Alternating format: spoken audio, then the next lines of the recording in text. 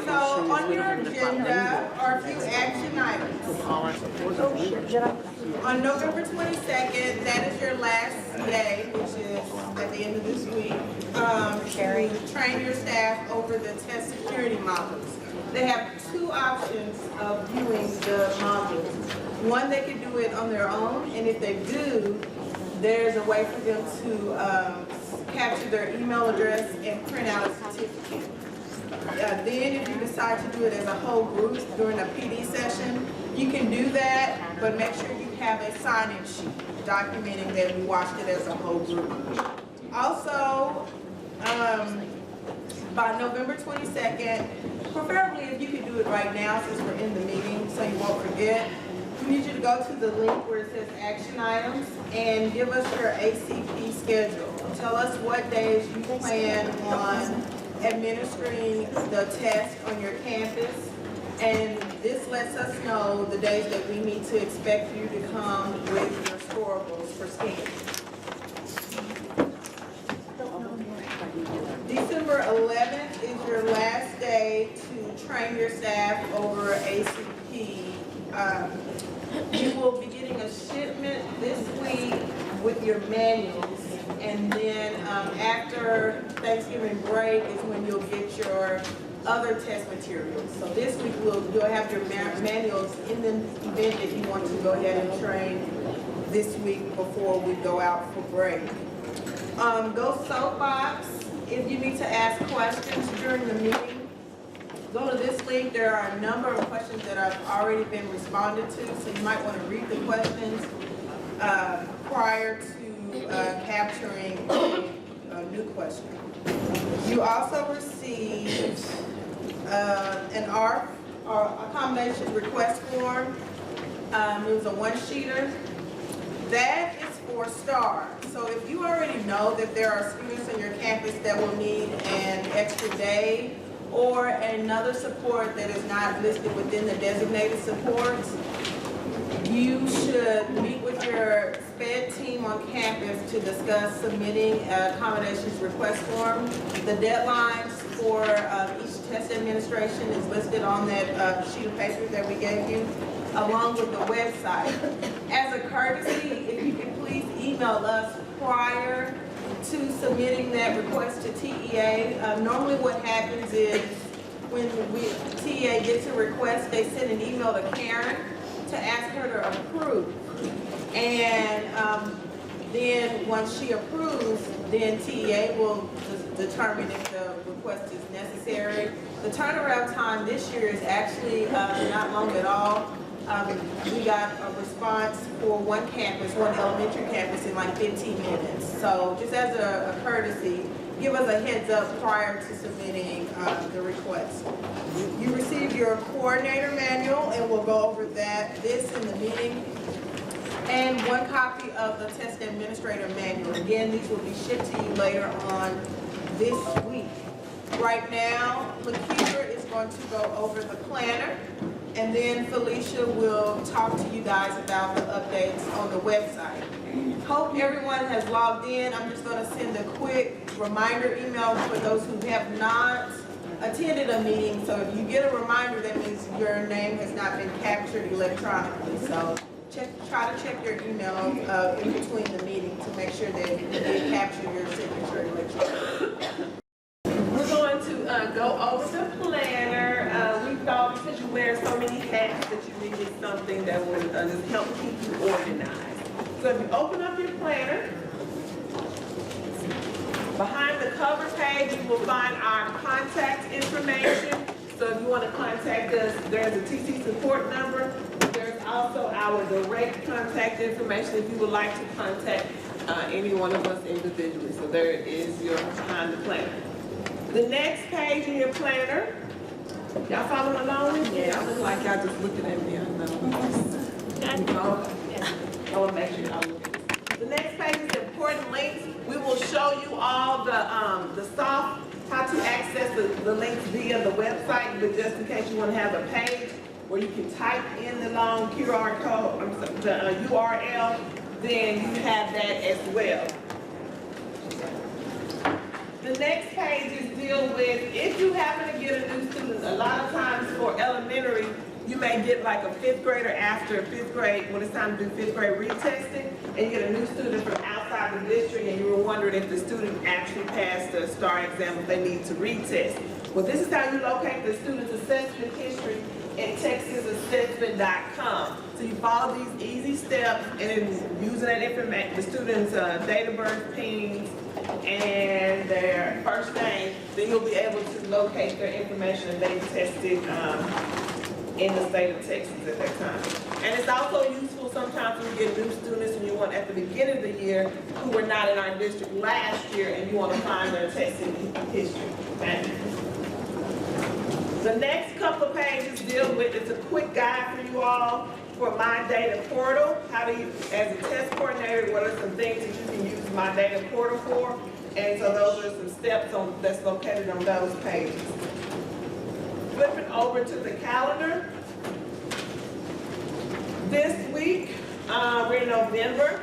The calendar layout is the same for all months. Please notice all the way to the right, it says TC reminders, and it gives you a set of reminders of things that you need to do for that month, and we have that on every month. Charlene already mentioned about the last day to view the TEA's 3 training modules. It's on November the 22nd, and she talks about the ACP manuals being delivered as well. If you flip to December,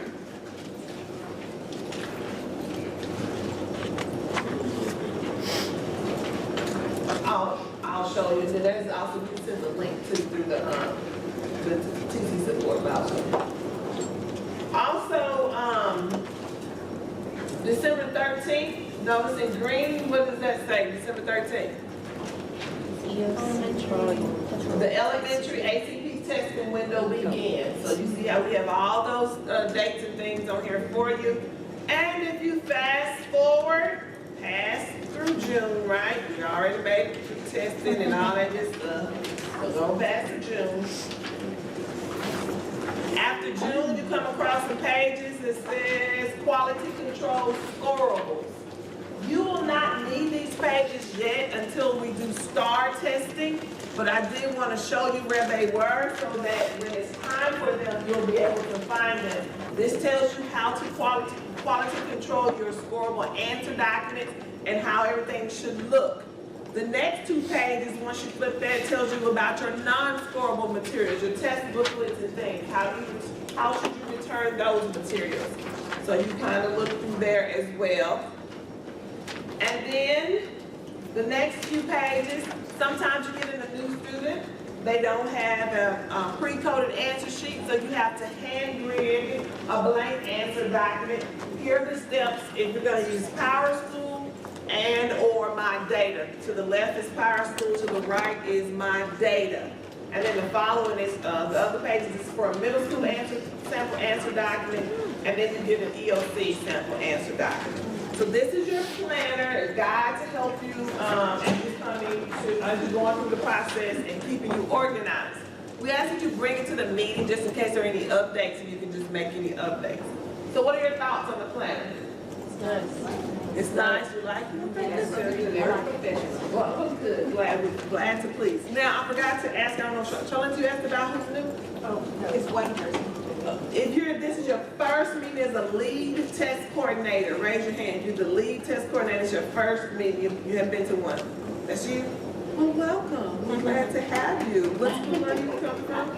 Hotchkiss, so y'all welcome the lead test coordinator. Yay. Any new assistants? Any new assistants, test coordinators, this is your first one? Hi. Welcome, we're so glad to have you. She's not new, but she won't be new too. So, if no more questions for me, Felicia is going to come. You go ahead and go through the website. So, the website, so just want to navigate us through going through the website. Okay. Good afternoon. Good afternoon. Okay, we're going to go through the website. Thank you all for your patience in the transition from one side to the other. So if you want to follow along, you would go to assessment.dallasisd.org. Again, that's assessment.dallasisd.org. And this is going to be our landing page. On the landing page, you're going to find important announcements.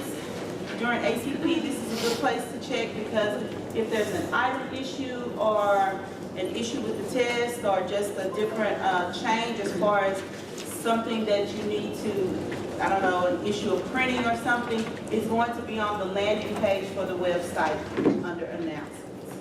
And then on the assessment tab, for every assessment that we give, you're going to find a page. The page has resources for you to use throughout the year. And on every page, you'll find soft copies of the manuals. You'll find the PowerPoints that you will use to train your staff. You'll find specific resources that are germane to that assessment, and you will find specific forms for it. So it's basically like a one-stop shop to save you time for those of you who are new. If you're a veteran, it's arranged a lot like the previous website, except we have a couple more items. So let's look at ACPs. Today you got hard copies of the manual, but if you need a soft copy of the manual, it's going to be on the assessment page under the ACP tab. So like if you're in a meeting and you need to refer to something and you don't have your manual with you, this is kind of a quick reference for that. Under the staff training PowerPoints, for those who are veterans, they know, but for you all who are new, we do your training PowerPoints, and so that is basically just to save you time.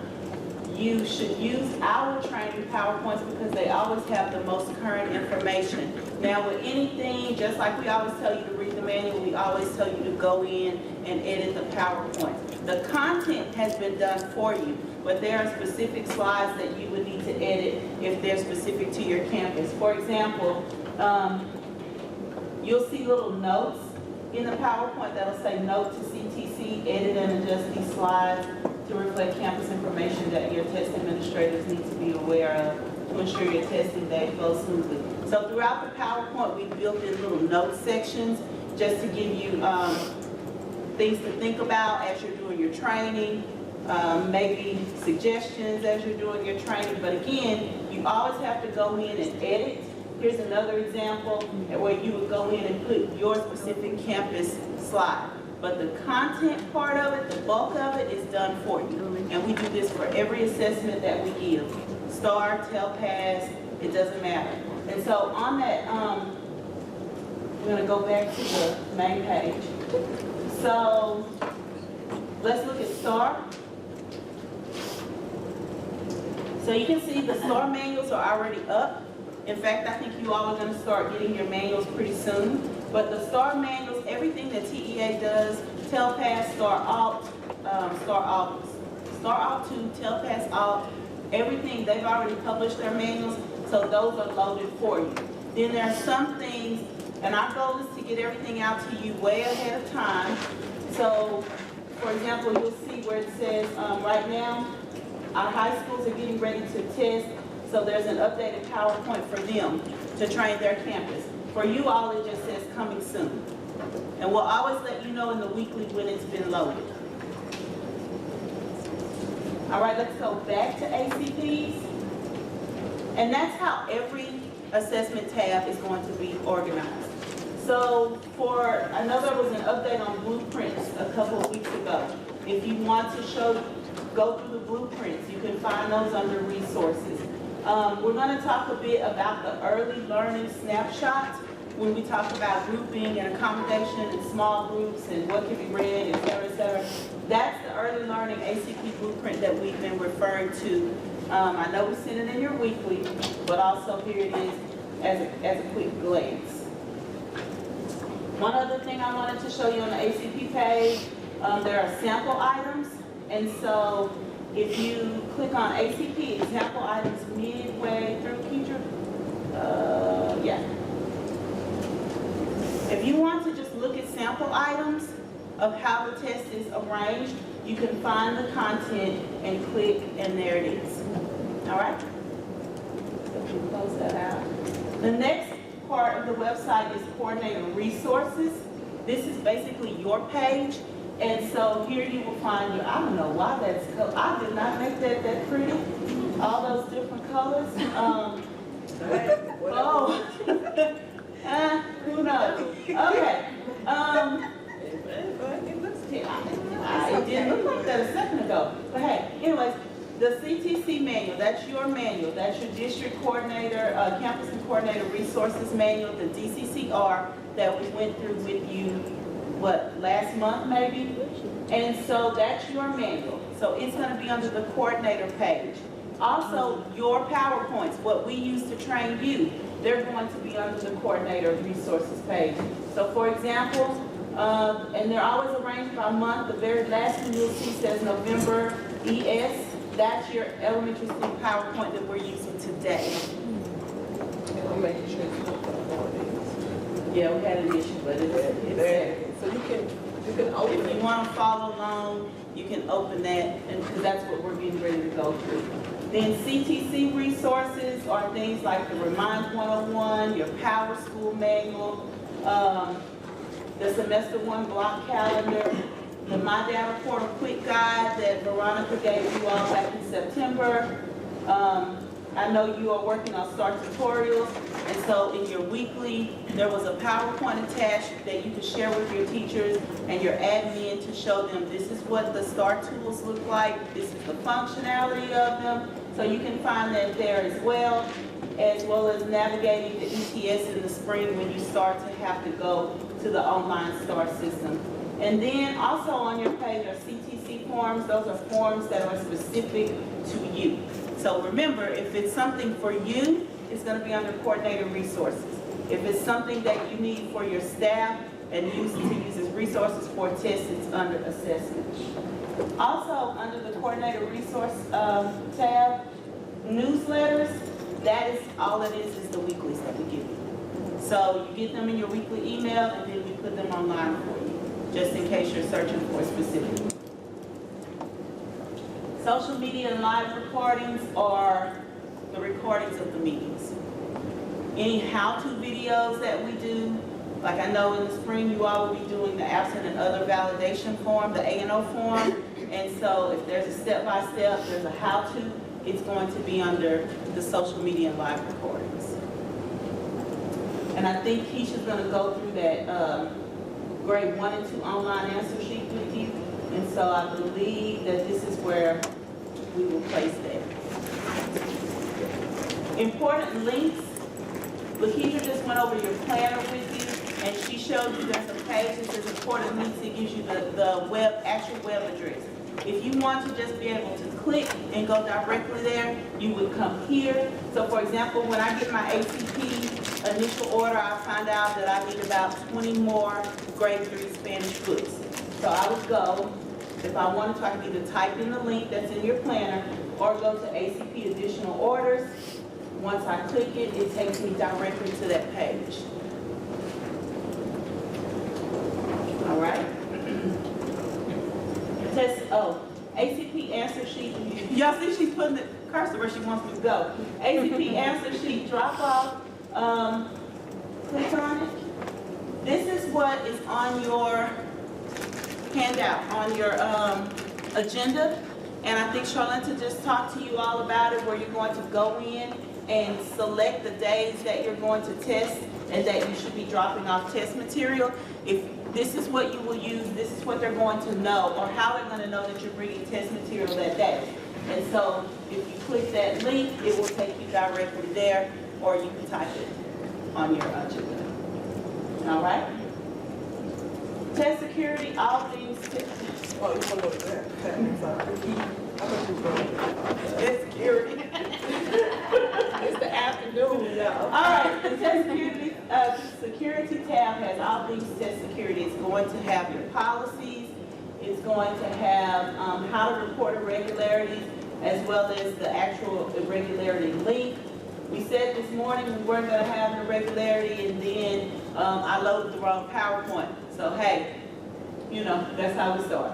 But we're not going to have any irregularities, but if we do, if you go on the test security page, You'll find all of the information and resources you need, the state oath as well as the district oath. You're going to find your training modules, and then any of the PowerPoints that Rena uses to train you. Okay? And then finally, testing calendar. You will find your district testing calendar. That's the big calendar we gave you back in September. We get a lot of calls about curriculum context, and so in the district calendar on page 7, you can find those different departments so that you don't have to search, as well as each of the individual test days. And then the next tab on the calendar is just the soft copy of the block calendar for semester 1. And then the last page is a contact us. All right? Any questions about the website, navigating it, resources?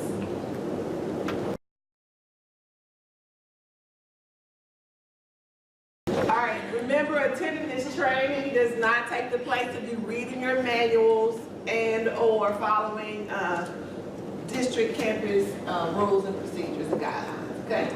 Our agenda, we will cover testing procedures, which also includes test security, go over the calendar of the event, testing materials, accommodation, post-testing, 2 online entries, and then closing it out at the end. Everybody has their manual, right? Everybody picked up a test coordinator manual. If not, we have a few left over there on the table, so if you need one, please get one. ACP calendar of events. You are in training right now, so yay. Yay. So, the district pre-coded the ACP answer documents on November 15th. So if you have any student that enrolled after November 15th, then they will more than likely need a hand-graded blank answer document, okay? So just keep note of that. You don't necessarily remember the PowerPoint is posted, so if you want to follow along, but you want to write down the dates, you can too. You should receive the shipment of your answer documents and your test booklets the week of December the 2nd. That's when we return from Thanksgiving break. So please notify your office personnel so that they can notify you upon the receipt of the materials so that you can inventory and store the materials in the locked storage area. Or secure the materials, excuse me. The last day to train all your personnel participating in ACP testing is Wednesday, December the 11th. Wednesday, December the 11th. I know that says a Monday, but it's really a Wednesday. So Wednesday, December the 11th is the last day to train. So if you have not already selected a date to train your personnel, please make sure that you do that soon and notify them, because remember, next week we are on break, so that you lose that week there. So make sure you go ahead and pick your date to train. Any questions so far? Y'all look quiet afternoon. Y'all need to come in the morning, it's not afternoon. All right, you should have already submitted your English, Spanish language allocations for ACP. If you did not submit yours, because I think we had about 20 campuses that did not, you will get the materials that were in there. We just based it off of what we saw there. But you will have an opportunity to do ACP additional orders. So if you need additional Spanish booklets, then you can go through the ACP additional orders to do that. The date to submit your campus testing schedule, which is like is that the schedule? Am I getting that confused with Lakeisha? It's their Schedule, like what, is that the same thing for us drop off? Yeah, what day they're dropping. Oh, okay, I'm sorry, I got confused there. It's November 22nd, so make that adjustment as well. It's November the 22nd. And you will decide what date you're going to test, what subject you're going to test and date. And so December the 13th, again, is the first day of testing. Then you have December the 16th, 17th, 18th, and 19th, right? 16th, 17th, and 19th. So you make your campus schedule based on that, and then you will also make your, don't forget to submit your schedule to us, so we'll know when you're gonna come in and drop your materials off to us. Remember, the 1 and 2 administrators Test administrators are going to have to enter the students' answers online, so that's why you can give them to the end of the day to be able to do what they need to do. The 3 through 6 administrators will need to turn in their testing materials because you have to be quality control them, get them ready to bring that afternoon. Everybody understand that? K2, you said online? Yes. Grades 1 and 2 are online. So the test administrator, the person who's actually administering the test, because remember you don't test your own grade level, the test administrator will be responsible. Keisha will talk to you in a moment about how you're going to set that up for your grades 1 and 2 test administrators. So they must transfer their answers by 4 p.m. on December the 19th, because remember all that has to be uploaded, and then on December the 20th, the scores will return, and then the teachers of record will go in and enter the scores for our grades 3 through 6 students, okay? Questions? Yes, ma'am. So the test administrator does 1, 2, but the class teacher does 3 through 6? The test administrator, because they're administering the test, and part of their responsibility is to go in and enter it into the online system. Grades 3 through 6, after testing has been completed, you're going to give them their results for them to put it into PowerSchool for grading purposes. Thank you for clarifying that. So after testing has been completed, every day you will, based on the schedule that you say you're going to bring it, you need to return it to the service center at 2525 South Irvay by 4 o'clock, okay? So that means once that morning, that 3 through 6 is done that day, you get everything together, and then you or somebody that you have assigned to do it, and it's a drop-off system. This is the drive and go, okay? So now you know if you're really far, like North Dallas or something like that, then don't wait till like 3:50 to leave, you know, come a little early. But if you happen to be running late, please contact us on the TC support hotline. Excuse me, Yes. is this every day or at the end of each day? End of each day based on your schedule. So if you decide that you're gonna test 13th, the 16th, the 17th, the 18th, and the 19th, then you're coming every day. But if you're only gonna test the 13th, the 17th, and the 18th, then you just come on those days. Yes, sir? Is the 20th, is that the day that's real? The scores will be back and posted on the 20th? Yes. The scores will be up, like 3 through 6, everything will be there by the 20th. Yes, that's a real, we work really, really hard to get you the data. And then it's makeup testing. So after testing has been done, makeup testing, the testing window is January 7th through the 21st.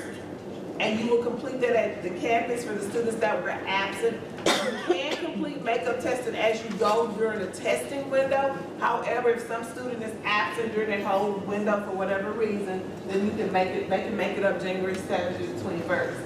After the 21st, for students that have excused absences, then you will use that link to contact us so that we can schedule a time to send someone out to makeup test, to do administer the makeup test. But by that time, you would have sent your materials back. The link to send your non-scorable materials, and that needs to be done by Friday, January the 17th. Okay? Questions? Good right here? You got I'm just doing. processing? Okay.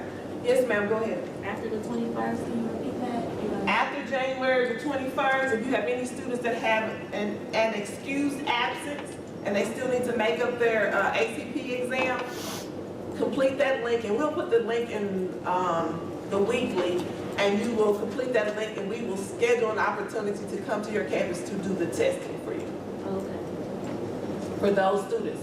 But the goal is to get as many of them as possible during this makeup window, right? You don't just wait and say, I'm gonna wait, that's not happening, okay? So it has to be anybody with excused absence and maybe a special circumstance, okay? Any other questions? Yes, ma'am. The link for the ACP on the online, Send it back The to link for first and second grade administrators to input the data. Yes. Has that link been provided? No, not, yeah, we're gonna show you, Keisha's gonna go through that, but it's not, the roster is not there yet, but Keisha's gonna go through it in just a moment, right after that, no, after Rena sits down. Okay. Any other questions? Yes, ma'am. So makeups, because we're planning on testing Monday, Tuesday, Wednesday. Can we do makeups on Thursday or just wait till when No, we you can start? do them that time if you choose to. December, December 19th, Right. correct? Yes. Is that okay? You can do it. The makeups can take place during the testing window. If the kid was absent, so I want to do all of them on the 19th, you can. Just have to bring your materials that day. That day, too. Yes. Good question. All righty then, if there are no other questions, and if you think of something again, you can use a soapbox or as we're going through it and it comes to mind, you can ask. Marina is gonna come and do test security.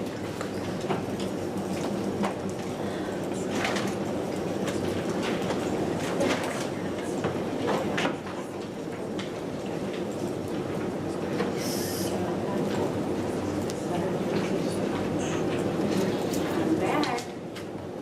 Hello, I'm back. The question about when to do makeups, I would always try to get them done that week. One, the grades are clean when they go in for the semester. Otherwise, sometimes you have incompletes and other things, so I would just get them done as quickly as possible. Test security, yes, we talk about it at every meeting. The state requires us to talk to you about it, and then you go back to your trainings and be sure you remind your test administrators about it. So, we had mentioned that there were two types of testing irregularities. Procedural ones, bless you. Procedural ones are less serious. These are what we call just minor mistakes. And these are just some examples. There's a whole lot more. Losing materials, leaving classrooms and secure test materials unattended, test administrators not actively monitoring, allowing untrained staff members to enter the testing rooms. We tell you to train everybody for that reason, because you all have that one teacher that does not want to be a test administrator and will be absent on the day they're supposed to give the test, and they don't tell you until that day. They call in sick. And then you're trying to find somebody to go in and replace that test administrator. So you have somebody trained ahead of time, it'll be a whole lot easier process. You can't just train somebody 5 minutes before you give them the test and give them a note and say, go read the directions. So be sure everybody's trained, even the hall monitors. They can't walk in those rooms if they haven't been trained like the test administrators. Watch those test security modules and sign an oath. Kids either allow too much time to test or not enough time to test. Kids getting accommodations when they weren't supposed to get them, or not getting their accommodations. Those are all procedural irregularities. Test administrators not reading the directions verbatim.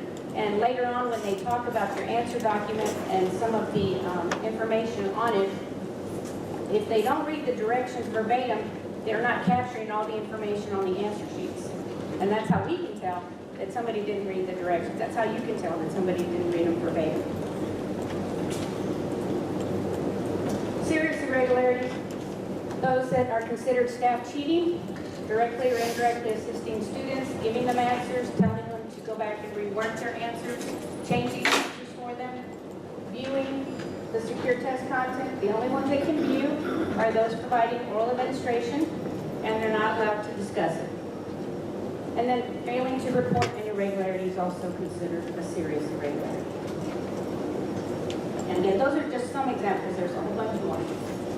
In the first meeting of the semester, we talked about our district oath, the local oath. We gave you a copy of the principal and TCO. Most of you have signed it and returned it. We're going to talk about the test administrator oath in a few minutes. And remember, for every test administration, you have to keep all your documentation for 5 years. So things like your oaths, seating charts, your training PowerPoints, your training sign-in sheets, you need to keep track of those for 5 years. This is the principal and TC oath, and you were supposed to send it to the test security email address, and most of you have, unless you have new principals or you're a new TC. Be sure you take care of that before you deal with ACPs. This is the test administrator oath or relief personnel or monitor oath. So everybody else that comes to your training will sign this oath after you've completed the training. You don't give this to them ahead of time and put it in their boxes or whatever and say, sign it. It's once you've done the training, give it to them there in the meeting, and then they give it back to you. We updated the seating charts for this year. Most of you will probably use the 2-page version, or if you have testing rooms for 25 students. If you want to use your own seating chart, that's perfectly okay, but it's got to include all of these required elements. So you decide what's easier for you. Remember, there must be a seating chart completed for every testing room every day. There must be a diagram. There must be a picture of that room. Where were the kids seated? Who was seated next to who?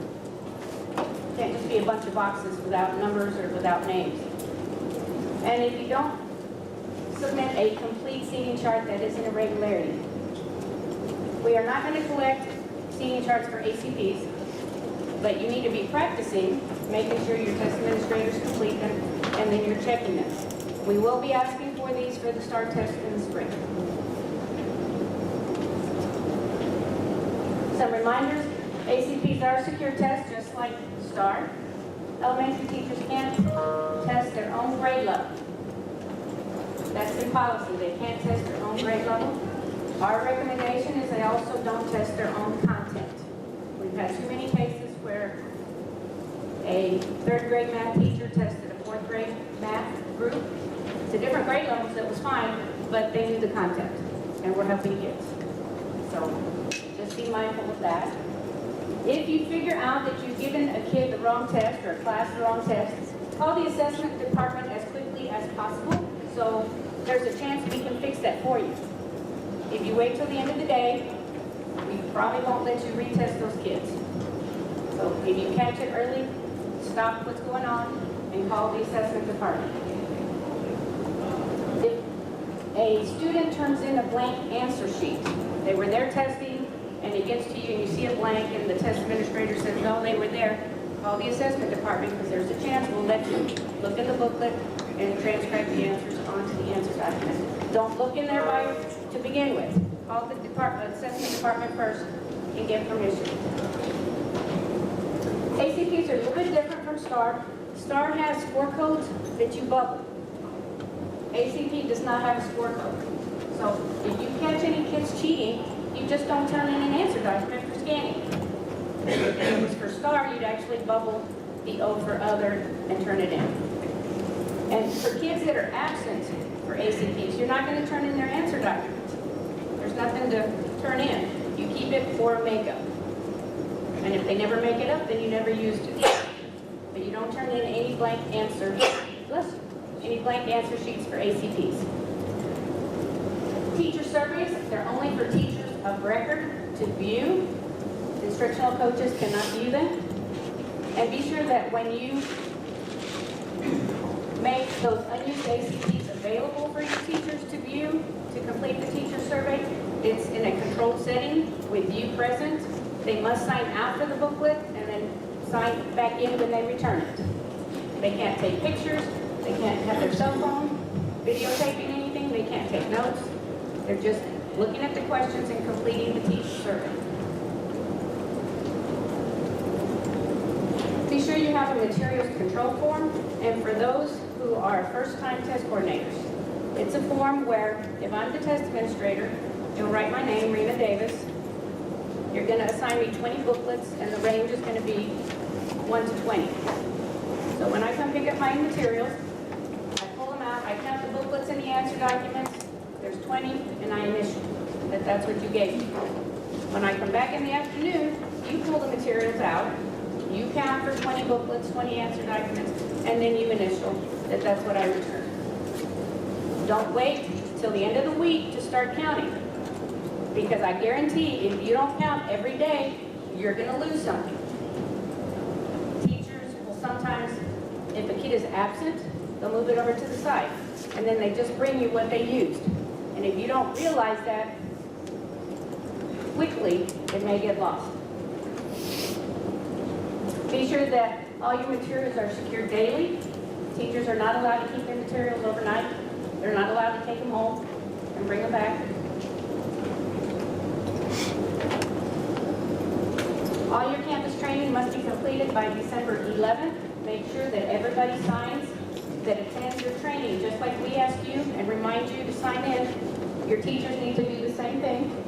They'll sign the oath of test security. You'll talk about your campus testing plan to include your testing procedures, test security, of course.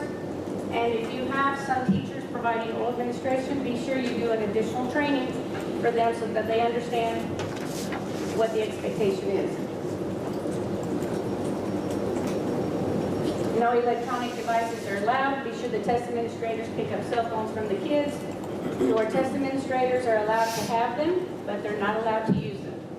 Can't use them to tell time. Unless it's an emergency, they need to call you. If they need something, they can go to the hall and look for a hall monitor, somebody to come get you. If you do have an irregularity, you're going to determine is it procedural or serious, and then that will determine who you contact for additional information. You're going to collect statements, and remember, you always have to write a statement. We recommend you scan all your documents to a file. Call it Fall 2019 ACP. So any statements you collect or any statements you write can go in that one file. And then that way, when you report your irregularity on the link, you have a file to go pull the statements and attach. And the link is on the assessment website. Any questions? You just hear it so often, you already have it all memorized, right? And I just want to say one last thing. I will be retiring in December.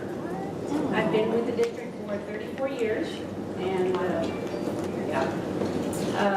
I've met a lot of wonderful people, worked with a lot of great people, and I know some of you for many years, and I will miss seeing you at the meetings. So if I can be of any assistance to you or your campus, please let me know. Yes. Congratulations.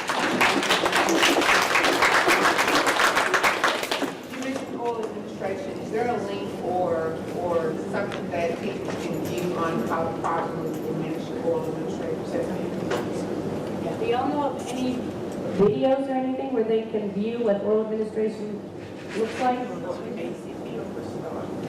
Well, right now for ACP, but wouldn't it sort of be the same for STAR? Well, for ACP, we're getting ready, we're gonna go through that because it's a little different from STAR. But remember last month, you got the oral administration guideline. Did you get that? The oral administration guideline, and that tells you exactly what can and cannot be read, be it numbers, how to read numbers. And so this year, the state saying, I wasn't referring to what could or what could not. oh, okay. So y'all don't have it yet. It is on the website. It is on the website for, if you want to start looking at it. Okay, but you're going to explain more after Yes, but we're gonna go through it today for ACPs. but there's not a video that available at this time. They give you the oral admin guidelines. But there are the oral admin guidelines handouts on the website. Well, Rena, I guess my question more so is, as a test coordinator, it's not what can and cannot be read, but how it's being done. Because I've seen teachers that have small groups. All right, we're all on number 3. I'm reading number 3 to the whole group versus you're on 7. I read 7 to you. I read 9 to him. I read 13 to her. And that's a great observation. The guidelines do explain to you how it's supposed to be done. There's not a video or anything that tells you that. I'm sorry, I feel so far away because I don't know if you asked the question directly. So, with the guidelines, once you read the oral administration guidelines, it gives you guidelines of how it should be done. So please make sure, and you can go ahead and download it on our website and start going, you can read it and then plan a time to train your staff of that. Who am I talking to directly? Okay, I just want to make sure I put a face with it. The ACP can be different. No, but she just said in general, oral administration, so they need to go ahead and learn how to do that. So they're prepared and not wait till the last minute. That's what she's saying. Generally, what I have observed in the investigations is that they'll read the question to the whole class or the whatever, read the question, read the answer choices, wait a couple minutes and see how fast your kids are moving. Generally, they tend to move about the same speed, and then they move on to the next question. That's generally what I've observed in my investigations. Is that the right way or the wrong way? You know, if you have 2 kids as opposed to 7 or 8 kids, then you might have a little more flexibility to go one-on-one. But it may just depend on more the size of the group. And also their level of ability. And Rena, can I say, I wanna, one thing that TEA is saying this year is you must do your oral administration training separately. So you have to do that as a separate entity. But I just wanna read you exactly what the oral admin guideline says on the introduction page. It says, when reading aloud test content, the test administrator may wait to read aloud the next question and answer choices until all students are ready. Test administrators may also walk around the room and quietly read aloud the questions and answer choices to students at their own pace. And this comes directly from the oral admin guideline. And so you all didn't get it yet because you're not getting ready for STAR. However, it is available on the website, and I believe I have it under the STAR tab. It says oral administration guidelines. We had to meet with the high schools for the EOC they take in December, so that's why they got it, and we were holding on to it for elementary for the spring. We'll get it in January. It is on the assessment website though, so you can go out there and look at that. And that's a great question. Yes, Could ma'am? you go over the proper steps to have a box of secure items shredded? What do we need? Do we need to put in a truck request? I mean, like if there's 1 or 2 boxes? Another great question. How do I shred secure documents? And that could be anything like scratch paper that Yes. the kids might have secure content on. Yes, you keep it in a box. You send it to records management and they shred it there. Now, you don't have to send it every single day or every single, you could, you know, once you fill a box, that's usually how we would do it at the campus. Once the box is full, then you give it to your office manager and they usually know the procedures at that point. But you gotta keep it secure. All right, thank you. Anything else? All right, Keisha's next. Good questions.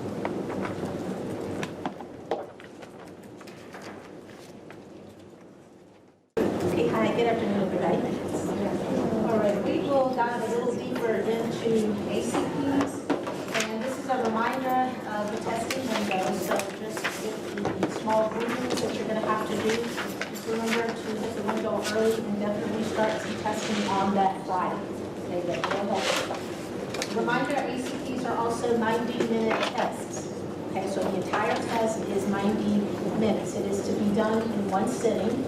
So you don't divide it with a lunch where you might do, let's say, 30 minutes, go eat, and then come back and do an hour.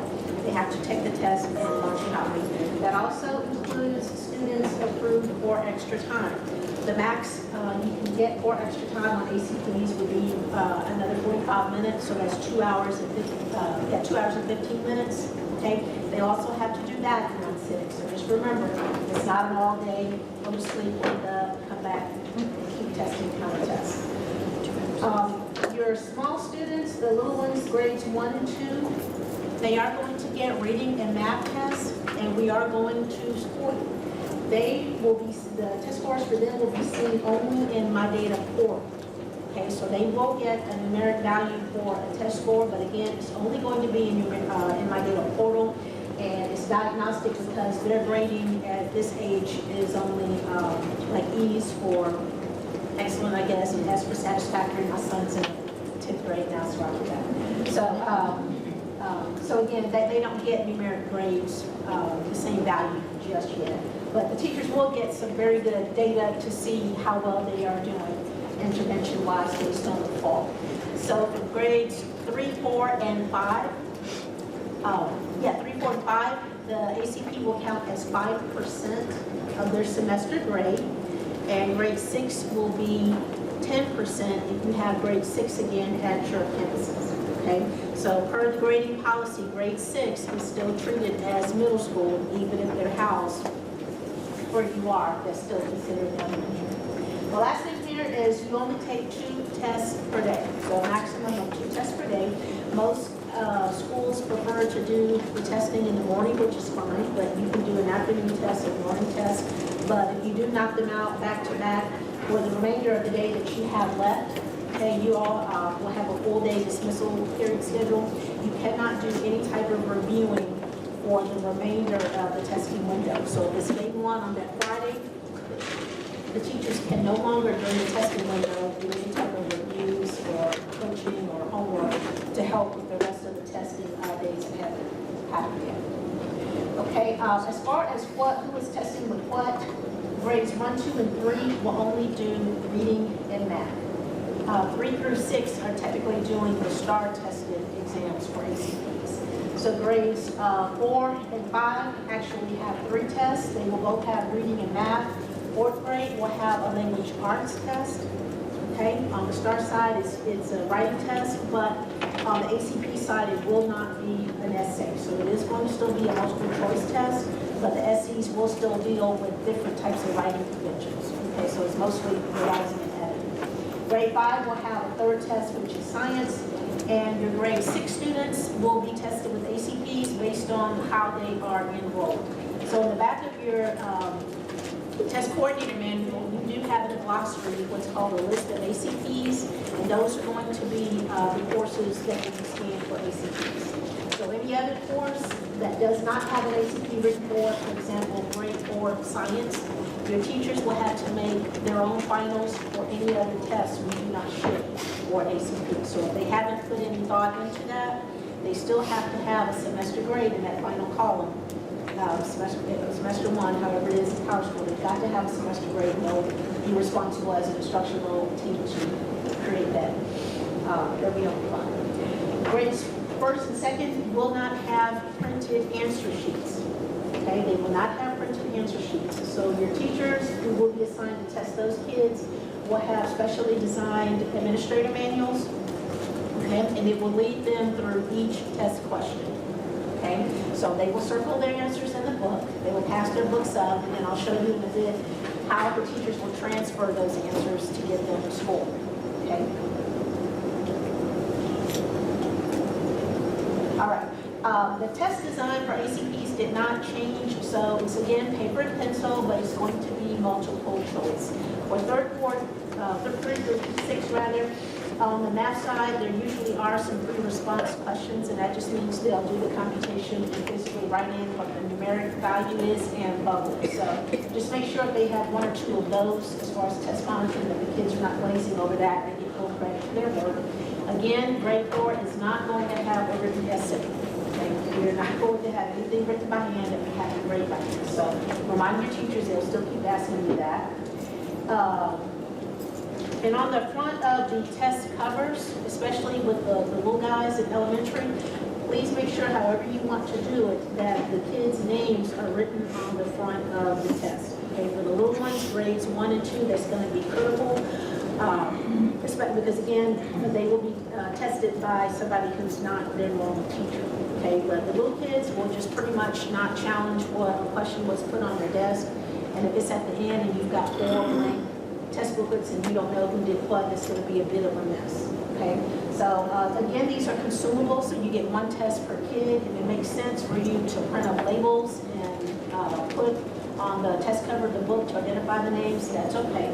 Okay, because again, once you turn them in, they'll be disposed of.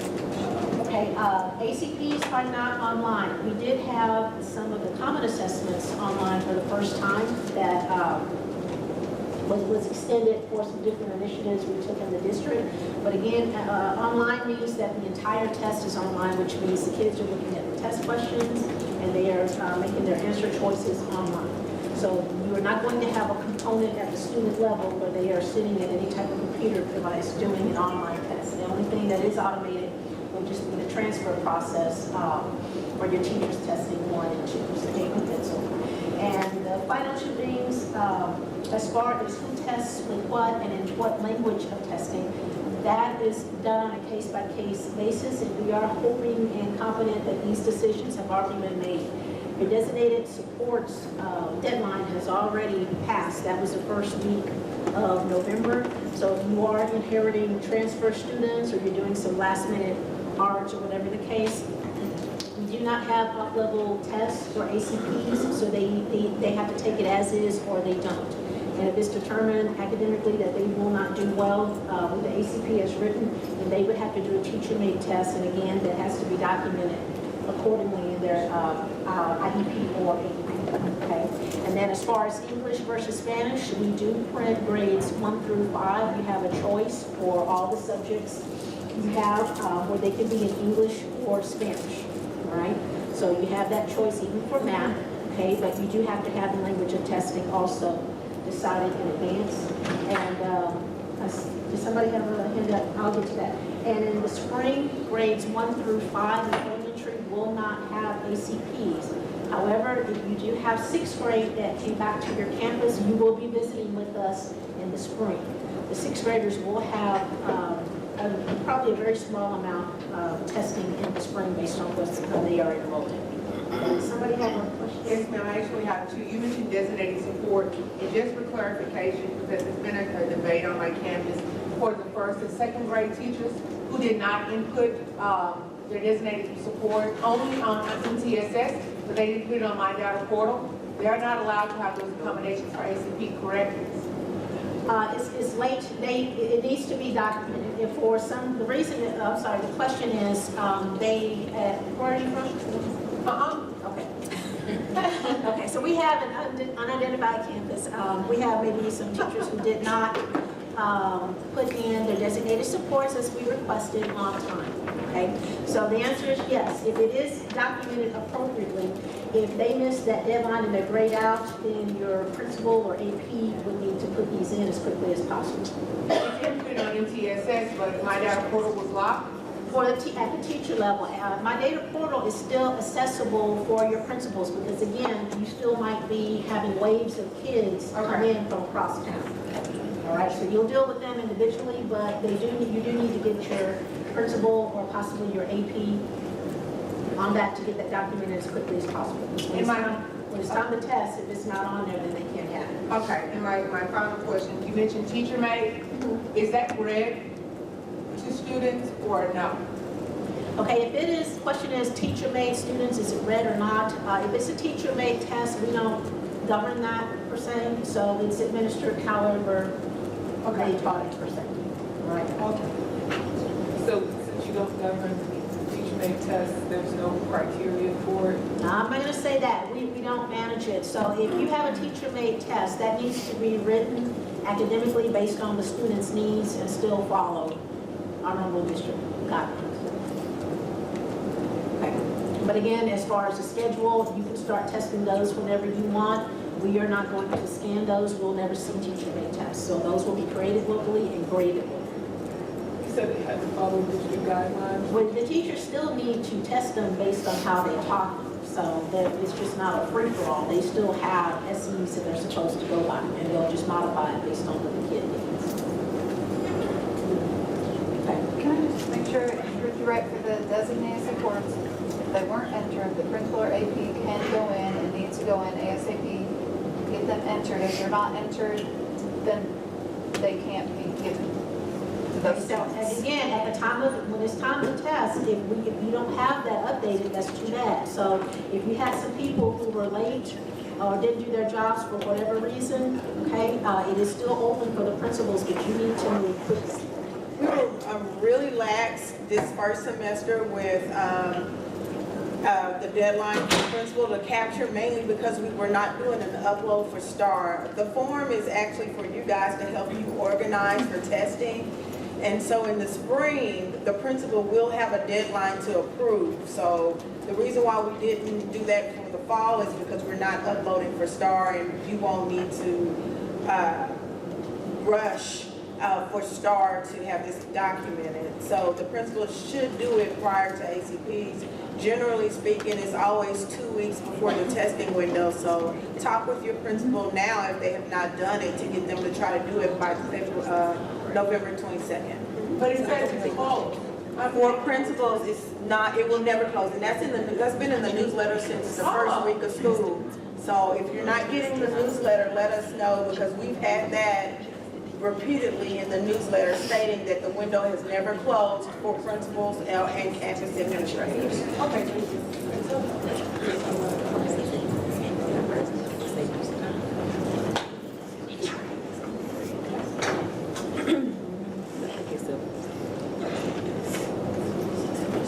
Okay, so on the day of testing, your third, fourth, and fifth, and sixth graders will have, and the administrators for those classes will have a general test administrator script. This is printed in both of the manuals, the test coordinator manual and the test administrator manual. Also, for good measure, we do print these. You'll probably get pastel color, usually it's yellow. You'll get probably 2 sheets with 3 pages of this stapled on there. And that might be easier for some folks who are actively test monitoring and prefer to walk around every day. So we do encourage you to have your test administrators to read through this. And it generally takes comfortably anywhere probably from about 4 to 6 minutes based on responses for your students. So they don't want you to go too fast, but they do want to have some break points where the kids can respond if they don't have an answer sheet, for example, or if they accidentally got their own test. Okay. Okay, after the test administrator script is read, that is the start point of the 90 minutes for the test. Okay, so if you are doing your campus testing plan, if you have to tweak a few more things, just look at your start and stop times, and you do want to buffer in some prep time to get your students seated, everybody's where they need to go, your small groups are situated, but you don't want your scheduling to be so tight, okay, that you're rushing through this or that 90 minutes is effective. They don't get 90 minutes, full 90 minutes, even if they don't need the whole 90 minutes, that is a test group. If the students have accommodations, again, it will start with extra time after the script is read. And you said, I'm sorry. You said they only get 45 minutes extra for No, extra time? well, okay, for time and a half, that's all you get for ACPs. The total time, if they're approved for extra time, is 2 hours, 15 minutes. It's an extra 45 minutes. Extra 45 minutes. Yeah, okay. So again, with your blueprints are already telling you how many questions we have. So again, these are not long, strenuous kind of tests.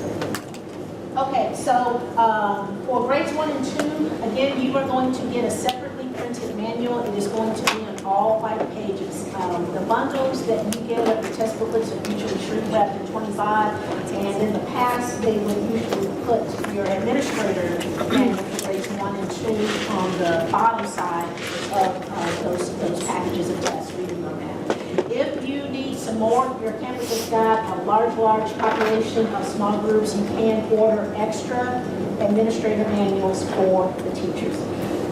Again, these are not printed in advance because the test questions are actually in the administrative manual and those are secure. So you're not going to see them, have access to them rather, until they actually arrive on campus.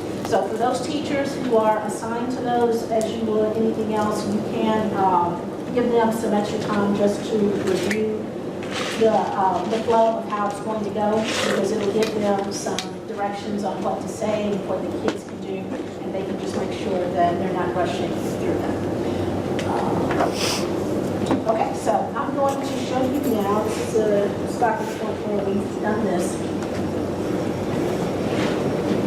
Okay, so your students in the first and second grade will actually circle and mark their answer choices in the book. And when they pass the book back up, the teachers have an admin responsibility to transfer that. So I'm going to show you where that is.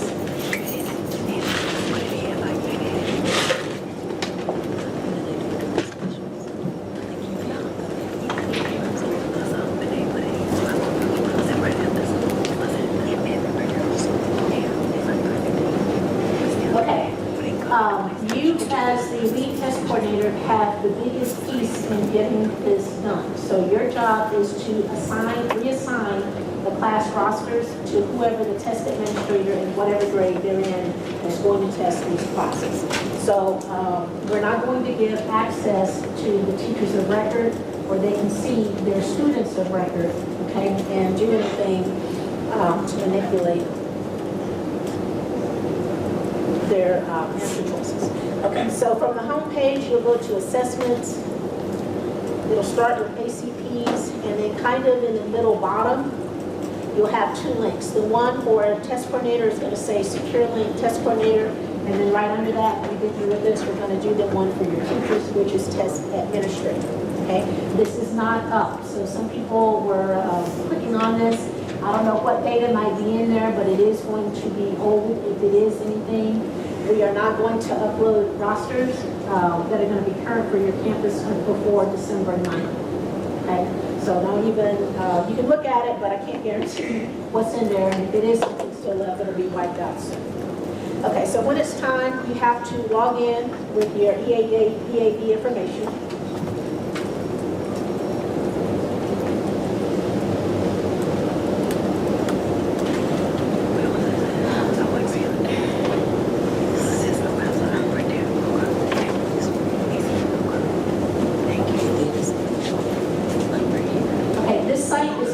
Available on the intranet. So directly, you're not going to be able to do this from home.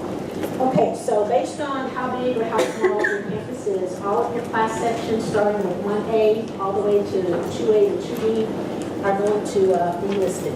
This is just for practice. We have a training site. It's where we can manipulate stuff to show you how it works, but not affect a real class or a real student. Okay.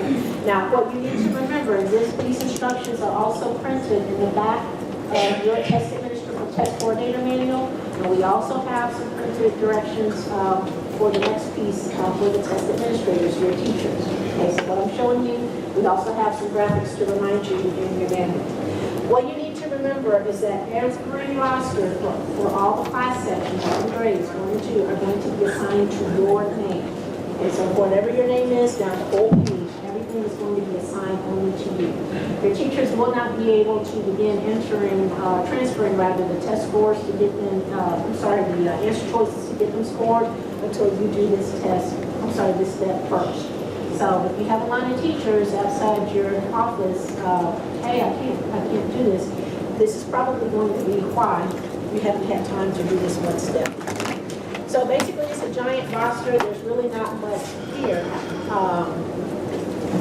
The only thing you're going to be able to do here is pretty much 2 things. One, this is where you'll go to check up on your teachers. Okay, somebody asked at another meeting, will we have alerts? So if you have a deadline where you want all of your teachers to be done by 12 noon on the 19th, we're not going to send you emails about certain class sections or whatever is still pending. So you will have to log on here, and if you click on view, it'll give you a snapshot of the number of students in that class and what the status is.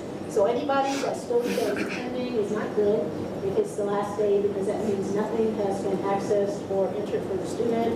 Incomplete means one of your teachers accessed the roster, but for some reason did not submit the answer choices. And what we're hoping to see is a bunch of green completed, which means everything was entered and submitted, and it's just waiting to get processed. Duplicate is not going to work. That's something old that we're not doing anymore. And I'm going to reassign this class. This goes really, really fast. And when you are ready, it might help to have a listing of your teachers' employee ID numbers. Okay, because again, this is only going to have your name. But all you're going to do is go to reassign for math and reading for each class section. And for the first new person who's going to cover that, you'll put in their employee ID and then click look up. That person should work at your campus and you'll get a confirmation.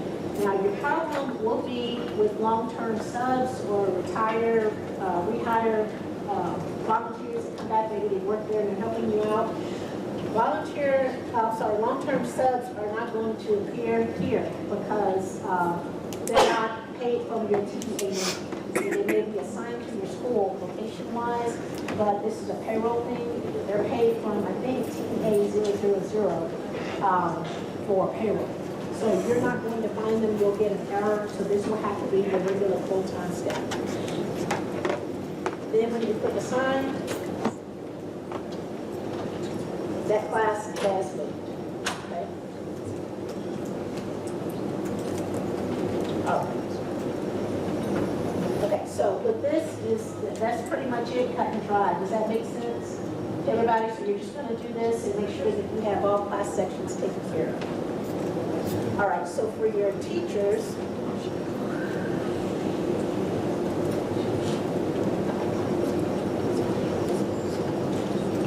they're going to come into the same spot, but they have a different menu. It says online roster entry website. They're going to log in the same way.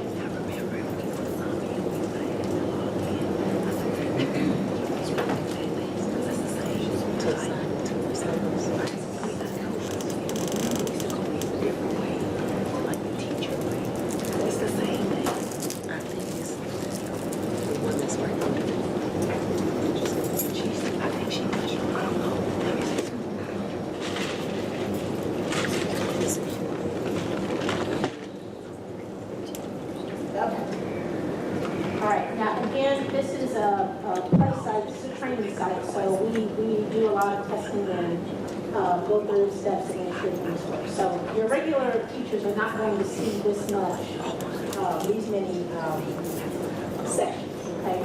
So normally what will happen is going to go straight to the test subject because you're probably just going to get there in one class. So again, they will not see the screen if you have not done the first step I just showed you a second ago. They're going to get an error that says no test roster is assigned. Okay, I think please see your test coordinator. So if everything's okay, I'm going to do CD.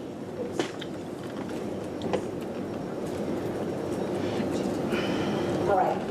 Something must be off. No, now, what it is going to do is, let me see if I can do it.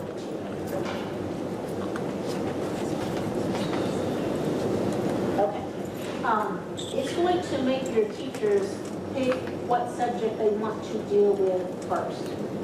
Okay? So they have to make a decision, math or reading. It does not matter which order, but it does matter which set of books that they have. Okay, so they want to be careful if they're doing reading, not to accidentally click on math. And we do also suggest in there's a checklist in the back of their manual. It will be very, very useful for them to advertise their students' books before they come here. So if someone is absent, they'll be able to make sure to skip that student. Or if we have 2 kids with the same name, 3 kids with the last names, they can make sure that everything is accounted for before they start. Okay, so it's a bit of a mess, like I said, if they're right at the end and they've got 4 books with no name on the cover. It's a little bit mess. All right, so I'm going to see if math is going to work. And for them, they will get, again, their class roster. So in a perfect world, it should capture everybody in their class. But again, some of you get waves of students that might come in almost on a weekly basis. So if your teacher has a student who is missing from their roster, we're asking you to tell them to. So you don't need to do anything, and we're not going to have you to call us. So if they have a student who's new or transferred from across town, they're just going to do add student, put in their their student ID number.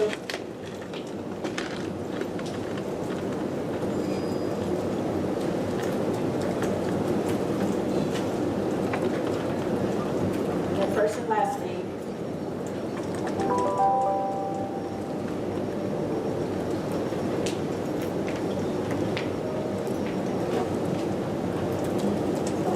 And that's all they have to do to add the student. I'm going to try to go back to this other section and let me see it. Okay.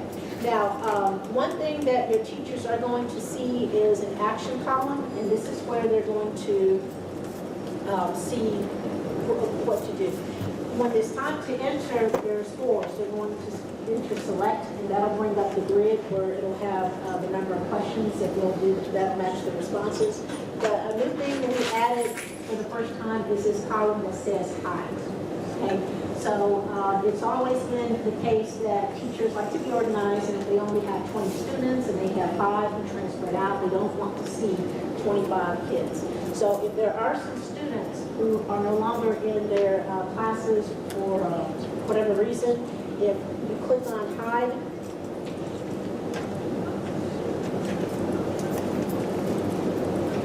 okay, that will remove it from their viewpoint and they don't have to look at that student. Okay. The most important thing, the second most important thing here is going to be the language, all right? I'm on reading. Okay, reading is not negotiable. They are going to get a question mark where they have to choose a language. Okay, if they don't choose a language for reading, it's not going to populate the link or select where they can start entering the scores. But it is a difference in English versus Spanish because the answer keys are not the same. Okay, math is going to default to English. Let me go back to the same section. Okay, math is going to default to English because most of our elementaries test math in English. But again, if they did get all Spanish tests, you have to intentionally choose Spanish. So for this student I added, I'm going to give her Spanish. All right. So for your teachers, their default status is going to be pending because they haven't done anything yet. If we have it incomplete, like right here, that means they started, they did not submit. Okay, and if they have completed, that means they're good, they've done everything they need for that student, and they just need to finish. Okay, so for this one student, when it's time, we'll do select. And this is what your actual online answer sheet is going to look like. The number of test questions for first and second grade are not the same, I don't believe, for reading and math. Okay, so I believe there are going to be 1 or 2 questions off. So if your teachers get to the end and they see that they are off and they're not sure where they need to double check and see where they went wrong, if you do clear and exit, okay, then it'll go back to pending where nothing has happened and they can just reorder their tests and make sure they have the right students. Okay, but otherwise they read the book.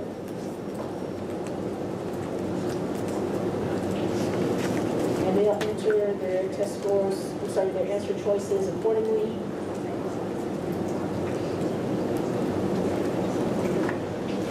Okay, and it goes fast.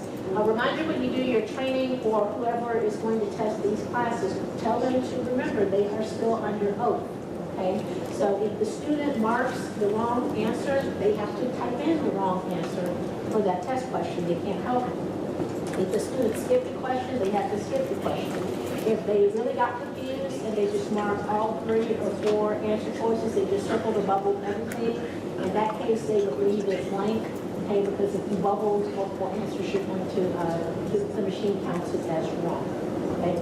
So they cannot alter the answer choices. I don't believe we had an issue in a long time, but if we have to check someone and audit that book and it's not the same, then that's going to be a problem. Okay, if something is wrong and they cannot complete their testing or they're not sure they have the right book, you've got fire drill, you have to lockdown, they can do save and exit, and that is why you'll see a complete status, okay? But if everything's okay, when it's time to submit, it is going to force you to check this little pink box to make certain you've given everything one last look, and then you just click submit. Okay, so they will repeat that for whatever subject they're starting with, and they can go back to work if they have to, but they need to repeat that for the remainder of the students in the class.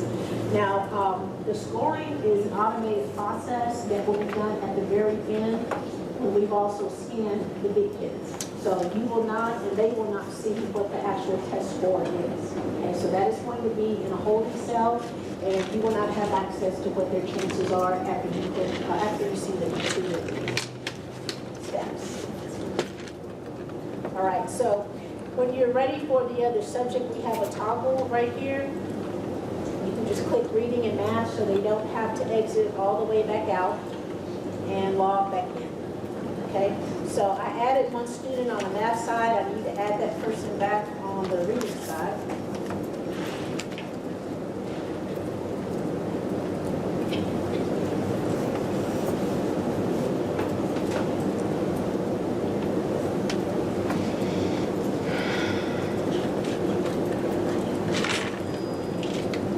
All right, and where you see these question marks, that's what it's going to look like as a start point for the reading.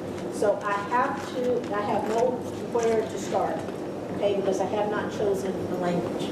If everybody in a class is going to test in one language, everybody's doing English, everybody's doing Spanish, we do have this little marker up here that says set default language, and it'll just make everybody in one language, and then you're done.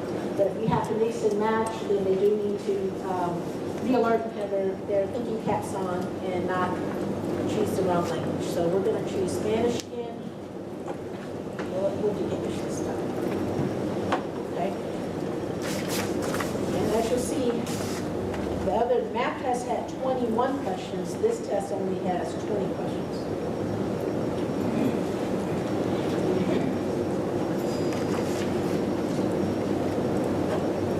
All right.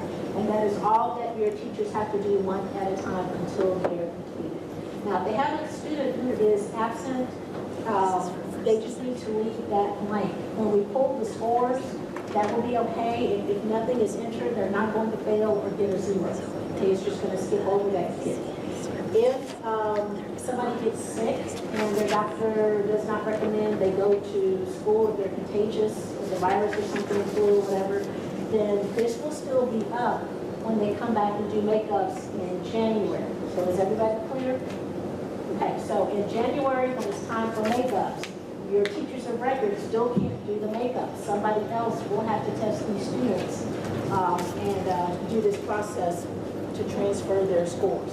So for your staff, if you have some computer shy people, technically challenged, can y'all explain this? Can y'all feel good about that? It's fairly easy if you have to do it over your shoulder. So is everybody good? Yes, no, y'all still awake? Yes. Y'all was on your phones? Yes, okay. All right, and that's it, just for grades 1 and 2. If you still have questions, again, give us a call. It's real easy. If you have some other stuff that gets stuck or some other errors that you can't complete or reset, you'll have to call us. And we do have a site administrator who will help us on different things we can't do at a first level. What tab was this under? Was it Okay, the this was under ACP, and it was close to the middle bottom. The Okay. font is kind of small. If you do Control plus, you can make your browser a little bit bigger. But it says a secure link, okay? test administrator, and right under, test coordinator, and then right under it is test administrator.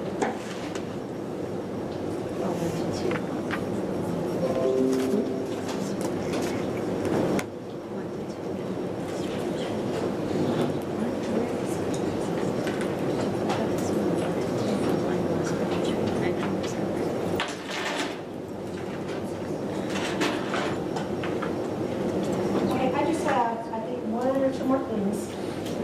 This is what your teacher survey form is going to look like. This will come with your answer sheets, and it might be a very, very small stack, so be on the lookout for these orange documents and put them aside so they don't get mixed up or overlooked. We do ask that you appropriate a time, usually 1 hour is sufficient, where there's a controlled meeting, you have a sign-in, sign-out form. You will check out a test for your teachers of record only, okay? And you will have them printed that will match what they teach. So basically what this is it gives them the opportunity to review the tests that they are being measured by, and they can give some feedback to test development on certain items. If it's a good question, that question, why this, why not that, just getting out to this SC, that's not how we interpret that. This is scannable, okay? So on your last testing day, based on when you have time to do this, we want you to turn it in, preferably with your answer sheets. Do not send this under any circumstance. Again, it still is technically secure, but anything scannable, never send it through district mail, okay? When you have your meeting, it's going to be at your discretion and based on your time. So based on what assistance you have and how your time is running, okay, you just have to do your best, but they're, again, at your mercy. So if you do poll them and see who's interested, sometimes you might have a large group, sometimes you may have a small group. This is optional, but again, we've afforded them this courtesy for years. So we need you to please do that. If it does not work out, usually elementaries can get theirs done before the teacher's last day in some cases, but if not, we still will accept and scan this during the makeup period in January. Okay, so your staff development day when the kids return on that Monday in January, I'm sorry, when the teachers return before the kids get back, that might be your optimum time if it just does not work out for you before the children. Okay. Oh, and also on the back, it will have some space where they can write extra stuff that they need to the attention of the test development department. So after they scan it, these things are also written. Okay, the final thing is the scoring. Okay, so on the 20th, that is going to be a work day for the teachers. So for you guys that are doing your Christmas parties and your Secret Santa, trail gifts and whatnot, before we do all that, we do need all the teachers of record to sit and make sure the kids that they teach have test scores that were uploaded. So it did not work out that the Power School developers could electronically upload this. So for what we scanned grades 3 through 6, it's not going to upload automatically. And I'll show you what we're going to send you. We'll send you a score report, which is basically a class roster, and then you'll pass that out, and teachers will see the grades and enter those in. Okay. We also are going to send you another email. Well, in the same email, you'll get an attachment that'll have an exceptions report. If everything's scanned okay, it'll just be a document that says you scanned successfully or some other little happy face. But if you had a problem, I'll show you something where we try to kind of help you out and let you know what it was, and then we'll see what we can do to hopefully get the grades cut. Okay. For some reason, if you're still missing a score, test score for a student you know is present and you know tested, then we do have a correction form that you can send in. It's in the back of your test coordinator manual. If we need to look through our scan files, sometimes we have bad headers or there's bubble headers, and we can relocate that. Or we'll just go to the next step and look back for answer sheets.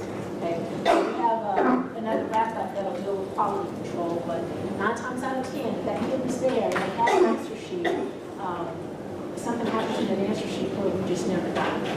All right. Only the lead test coordinator will get this email that's got the score reports, and usually it comes out early in the morning on the 20th, probably around maybe midnight, between 12 and 2 o'clock in the morning. So everything will be there when you get back to work. All right. Grades 1 and 2, again, well, actually, we're going to upload everybody as a backup into my data portal, but you can print this out. The first sheet is the score report, print it, pass it out to the teachers, and then you have a soft copy that you can file as a backup. These other two things, one is middle school, one is for elementary, and that's an attempt to try to help you see what an error was if something did not scan. The worst thing that this will tell you is if somebody received the wrong test. Okay, so if we have a wrong test that doesn't match what the student is enrolled in, that's automatically going to kick out, and that's going to be a problem. So we'll have to have you call us, and we'll give you some guidance on what to do for that. Okay, so in a nutshell, that is going to wrap up the scoring after you do your testing. So from that point, do we have questions of how the ACTs are built, your 1 and 2 online answer sheet transfer, and then the final wrap-up? Yes. I just wanted to make sure I understand what you said about reviewing. So after the first test that's been given, no subject can be reviewed during that testing window. Okay. All right. During the entirety of the window, from December 13th until school is out for the kids, no type of reviews can be done. Got it. Okay, so whatever homeworks and tip sheet, that's it. That's it. So we can't keep coaching. Anybody else? So let us look at, we have a couple more sections, testing material accommodations and quality control, and we will be done early. All right, do I have any? Oh, sorry. I know, listen, I said it. I know, I've been there, I understand. All right, testing material. Do I have any any campuses that have sixth grade in here? Okay, so I do need to go there. So your testing material for ACPs will include your test booklets, your teacher headers, your student answer sheets, the additional 1 and 2 administrator manuals, and then scripts for grades 3 through 6, as well as the paper-based teacher survey. The accessibility tools that you see listed are just things that you would gather together on campus as needed. So let's talk about the teacher headers. The teacher headers are only for grades 3 through 6. Remember, the teacher headers are important because they dictate what will be scored. And so when you have those class sections where you pulled out your small groups, best practice is to put them back with the teacher of record, because otherwise you're having to hand bubble blank teacher headers. So this will save you time once you do your small groups to just place them back with the actual teacher of record and that class coursing section. Remember that you cannot combine English and Spanish answer sheets under one header. We're going to look at the header in just a moment, but it will show you where you either bubble English or you bubble Spanish. And so you don't want to combine that underneath, because remember I just said that the header dictates what will be, dictates what will be scored. And then you use only one header for each class section. So this is what our pre-coded teacher headers look like. For every, when you get your material, you'll have a teacher header and the student answer documents that go with it. This is pre-coded, and we know it because it has this little, I guess it's like a little black box at the top. This has the teacher information. This tells me the teacher name, the course, the section, the grade, all of the information. So all of the student documents behind it should match. That's why it's important to make sure you're placing the right header on the top.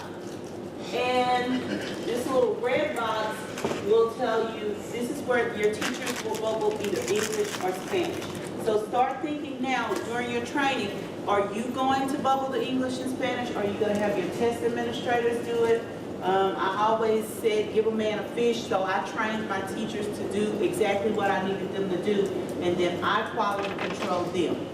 So they were the first catch, I was the second.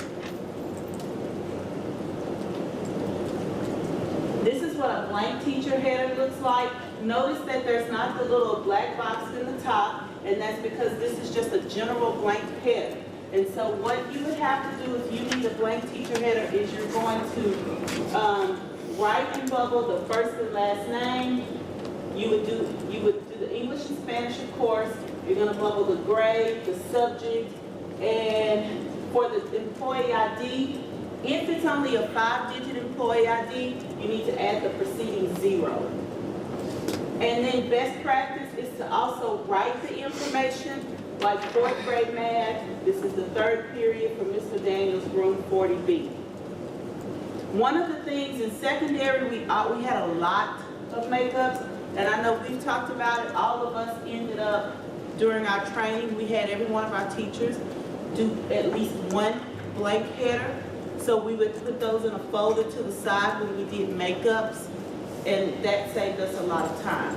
So you know your campus, and that may be a time saver for you, so you're not having to hand bubble all of those teacher headers, especially if you have a lot of makeups. For grade 6, there's not a lot of difference in the pre-coded teacher header. You still have the box that indicates the subject and the class and the teacher and all of the specific information related to the test that's going to be submitted. The only difference in the pre-coded 6th grade is you don't have to bubble English or Spanish. Everything else looks the same. On a blank teacher header for 6th grade, you're doing the same thing that you did for the 3 through 5. You would fill fill out the first and last name, and then all of the information related to the teacher and the subject and the class. And then again, best practice is to write the information pertaining to the class. Some of you have sections, most sections would be like section 17. There are some schools, and this may be more middle school, I'm not sure, but they may have a section 40-20. So if you have a 3 or 4 digit section number, you would go with 00 for the section.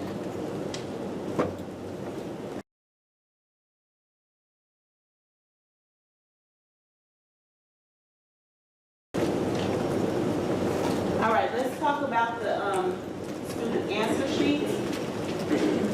You're going to pass out the correct answer sheets to the correct students. Use the correct answer sheet for the grade tested. ACP answer sheets are different colors for grades 3, 4, 5, and 6. Now remember, you can only use number 2 pencils. Every year we have someone either try to submit a teacher header or a student answer sheet with pen. The machine does not scan it, it will not read it. So whether it's STAR or ACP, you have to use number 2 pencils. Check to make sure no blank answer sheets are submitted. Rena already talked to you about those kiddos that may be absent. You would pull them from the class because you're going to do a makeup later. You don't want to submit them with that day's score. Make students erase stray marks on drawings. Remember that the student oaths are printed on your actual student answer sheets. However, even if the student does not sign it, they can still test. So let's look at the pre-coded answer sheets. This is what a pre-coded answer sheet looks like. What makes it pre-coded is always the box. Remember, the teacher header also had a box. Your pre-coded student answer sheets will have a box.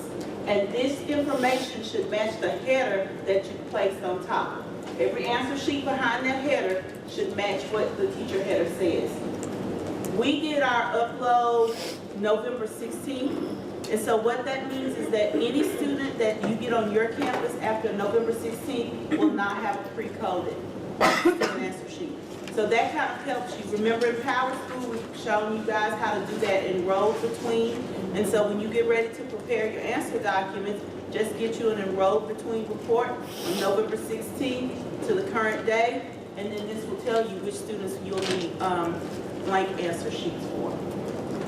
The only thing that's going to be bubbled on a pre-coded student answer sheet is it will have a darkened oval where the student ID is.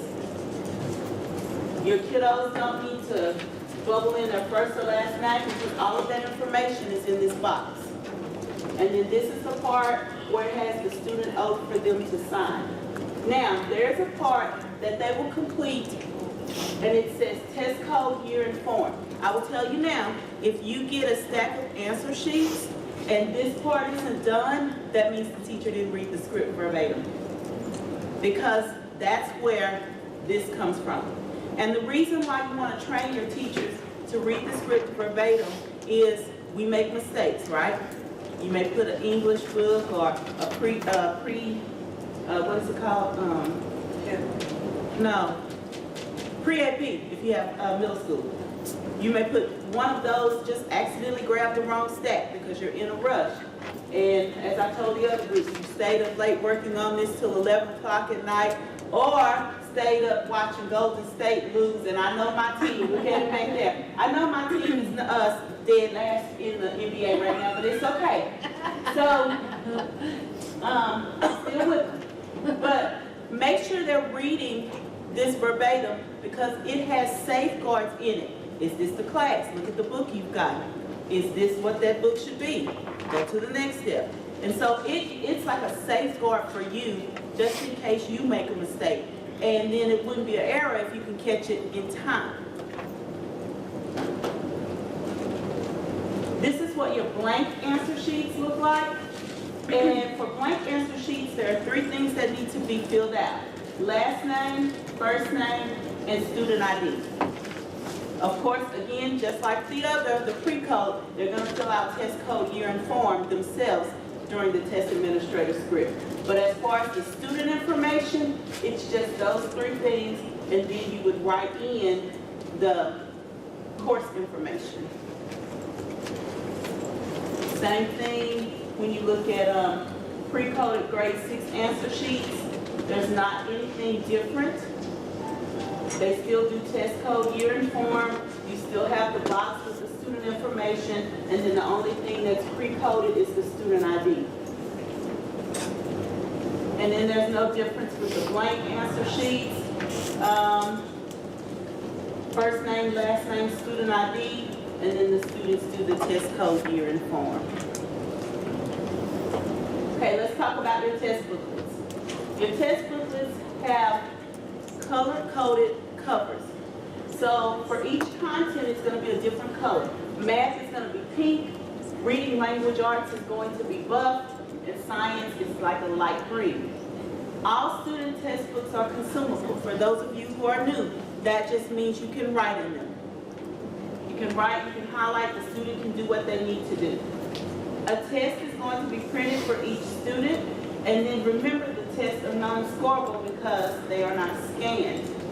The test booklets are going to come in packages of 25, and so you may have one bundle and it may have the numbers 4601 through 4625 in that bundle. And the next bundle may have 4626 to 4650. They just come in groups of 25. And that's to help you when you do your materials control, so you know where each book is at all times. Now, when you get your books, in box number 1, there's going to be a packaging slip. The packaging slip is also color-coded.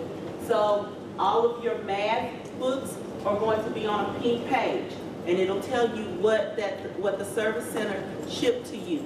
You inventory your books immediately when you get them, because if you don't, and later on, it's like, oh, and I can tell you this, it happened to me. The teacher said, that didn't have book number whatever in it.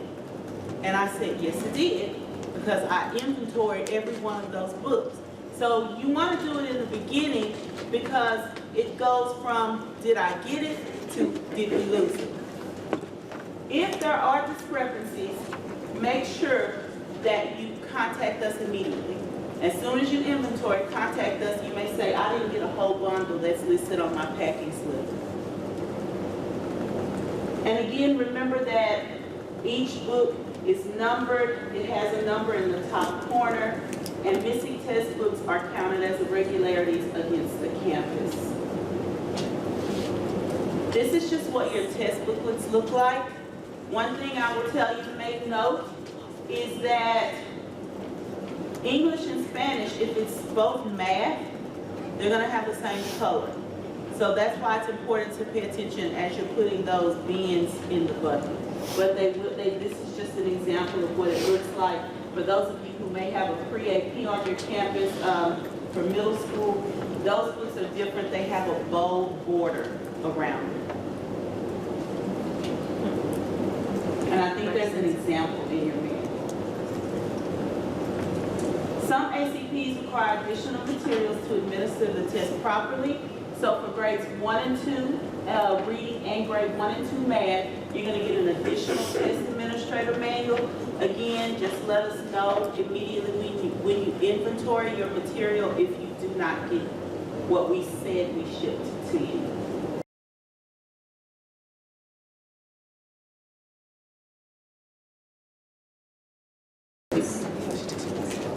Okay, accommodations.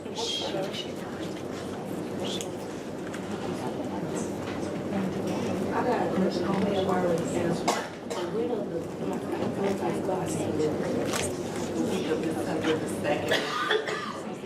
A question was, when will the test booklets and answer sheets be delivered? Week of December the 2nd.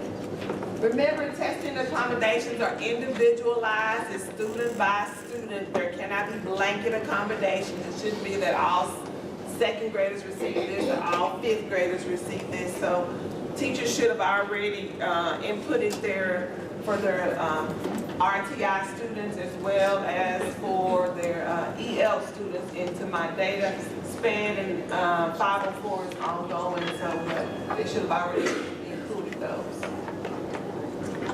And again, there is no off-level testing, so for students that cannot take the appropriate grade level of testing, we'll look in the manual in just a moment, and then maybe, according, if the IEP says it, then they may have to take a teacher-made test. If they cannot take ACP, then they'll have to take a teacher-made test. If you would, get your test coordinator manual out.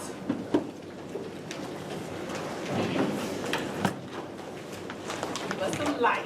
On the, no off-level ACPs, teacher-made tests with an IEP, can this also be an LPAC decision? Because we have several students brand new to the country. We're gonna look at all that in just one Okay, second. okay.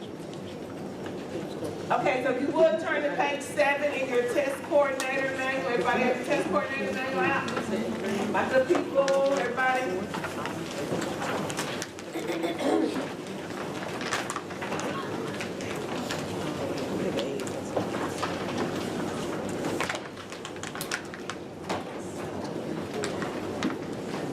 All right, we're gonna go, we already talked about, the ACP cannot be modified or reproduced or photocopied in any part or manner. So therefore, if the students needs like a large print, Felicia just mentioned that, you will have to put in your large print order.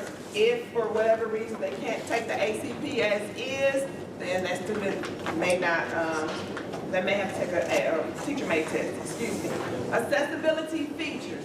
Not all designated supports and accessibility features that are available on state testing is available on the ACP test just because of the way the test is designed. So the ones for ACP for accessibility features are the assistant tools such as blank place markers, color overlays, stress balls, etc. Grade 3 math reading assistance is available. The use of highlighters, reminders to stay on task, scratch paper. Again, small groups for grades 1 and 2 refer to the early learning snapshot that we've alluded to. It tells you how to divide up the grades 1 and 2. For grades 3 and 6, grouping should be based on academic and campus behavioral needs. So whatever the student needs and how the student normally is taking into consideration how the student normally receives small group, then that's how they should receive it on the assessment. Flip the page to page 8. Designated supports. Students must meet eligibility requirements. And again, ACPs do not include all state-approved designated support. And there is no online testing for ACPs, okay? So for ACPs, what is available is basic transcribing, Braille, calculation aids, extra time, which means up to 45 minutes. It doesn't mean if the student doesn't need 45 minutes, but it's up to 45 minutes that they can get. Individualized structural reminders, large print, math manipulatives, oral sign test administration, and supplemental administration. I know I heard your question earlier. You will follow the guidelines for grades 1 and 2 as outlined, but if you also have a student that meets the oral administration guidelines, then you will also follow that. So for example, it says if the teacher does this, teacher-led, then it would say that the students will read the question and answers. Well, if the student qualifies for oral administration, then questions and answers can be read to the student. Does that make sense? Yes. Does that make sense? Designated support, they can get oral administration. If they meet the eligibility for the designated support of oral administration. Oral administration is a designated support. They have to meet the eligibility requirement based on the policy document. It doesn't automatically mean that all students get oral administration. They have to meet eligibility requirements. Where do they, I mean, if their teacher is doing their class, you know, we have to rate that. And so, I mean, is it a document or something outside of my data, the document is there, is something else they have to do? They should have already been identified either in my data, in the IEP, in their IAP. They should have already been But they don't identified. have like an IEP or, you know, like They're not a SPED student, they're just a regular. It's a general ed student, so MTSS, so they should have already identified that in the My Data system using the guidelines that we've set forward for oral administration. If they have not identified it and it's not documented, then the student cannot get it. And it has been MTS to So here's my question. If it's signed by an administrator, I'm not gonna worry about it. If it's in designated supports and the administrator signed it, I kind of feel like that unless I'm now the accommodations police, and I don't really have time to do that with all the designated supports that we're given. It's signed by the teacher and an administrator signs it. Again, I say it this way. They have to meet eligibility requirements. We started this process a whole lot earlier this year. We gave you the training in September. So the campuses had enough time to go through the process to be able to identify the students. The system that we use to document for our students for MTSS, they should have already had a meeting because it says a committee has made that decision, and they follow the guidelines, they document it in My Data, but then they also go and they should have something empowering based on what the system says.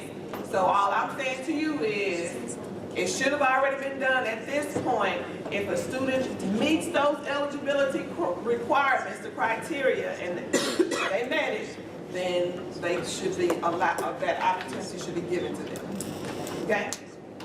And I'll talk to you some more because I know you got some more pressing questions, but we'll talk to you at the end, okay? All right. So, that's oral administration. The next page, page 9, shows us the calculator policy.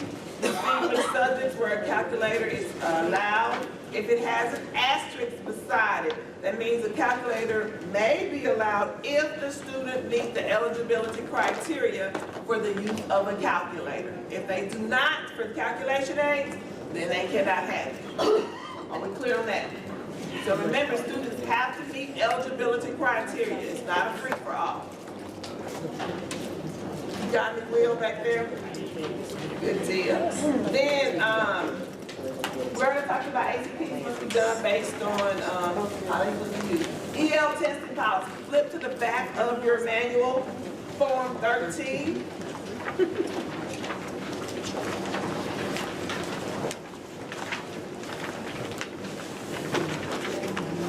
It's almost at the very back, the last couple pages, Form 13. For new immigrant students, and that's under exemptions on Form 13, page 2, elementary exemptions.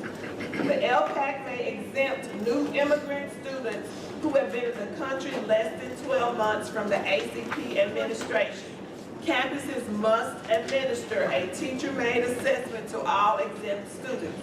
All exemptions require an official LPAC meeting and LPAC documentation. So that answers your question, Michelle. That answers your question, Yes. right? Okay. Yes. All right. So does everybody see what it is for our LPAC, for our students, for our new immigrant students?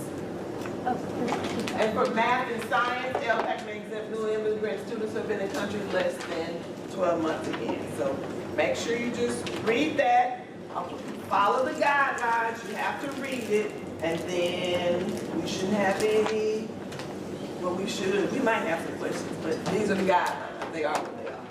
Any other questions? Yes, sir. Looking at this,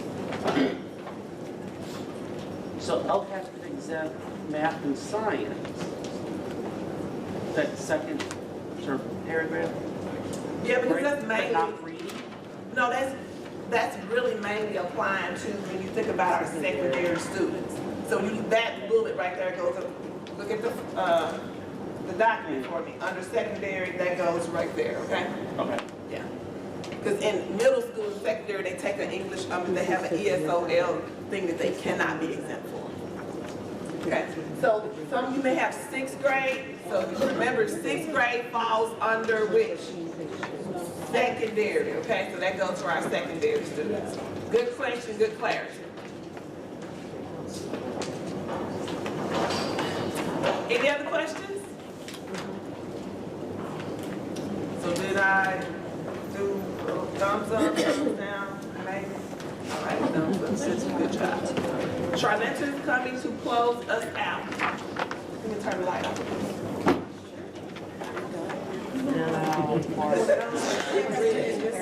She wanna read too. I'm just gonna recap everything that was stated, but do it in less than 5 minutes.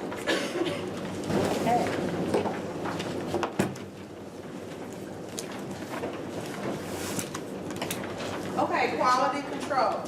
Now remember, you are responsible for quality controlling the teachers as they complete testing each day.